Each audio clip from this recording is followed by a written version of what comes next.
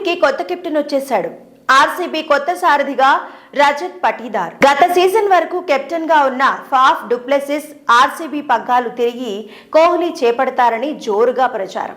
కెప్టెన్సీపై ఆసక్తి చూపని Kohli IPL franchise royal challengers Bengaluru తమ జట్టుకు కొత్త కెప్టెన్ ను ఎంపిక చేసింది. యువ ఆటగాడు రజత్ పటీదార్ ను సారథిగా ప్రకటించింది.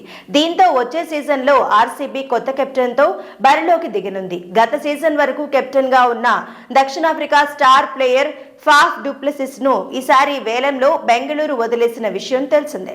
దాంతో ఆర్సీబీ పగ్గాలు తిరిగి విరాట్ కోహ్లీ చేపడతారని జోరుగా ప్రచారం జరిగింది. కానీ అతడు కెప్టెన్సీపై ఆసక్తి చూపించకపోవడంతో రజత్ కు జట్టు సారథ్య బాధ్యతలు అప్పగించింది. కృణాల్ పాండ్యా, భువనేశ్వర్ కుమార్ కూడా రేసులో నిలిచినప్పటికీ జట్టు భవిష్యత్తు అవసరాల దృష్ట్యా రజత్ కే కెప్టెన్సీ బాధ్యతలు ఇవ్వడం జరిగింది. ఇక ఐపీఎల్ చరిత్రలో ఒక్కసారి కూడా టైటిల్ గెలవని జట్టుగా ఆర్సీబీ ఉన్న విషయం తెలిసిందే. ప్రతిసారి భారీ అంచనాలతో బరిలోకి దిగడం, నిరాశపరచడం చేస్తుందా టీం. దీంతో ఈసారి ఎలాగైనా ఐపీఎల్ టైటిల్ గెలవాలని ఆర్సీబీ భావిస్తోంది. అందుకు తగ్గట్టుగానే భారీ మార్పులతో ఐపీఎల్ 2025 సీజన్లో బరిలోకి దిగుతోంది.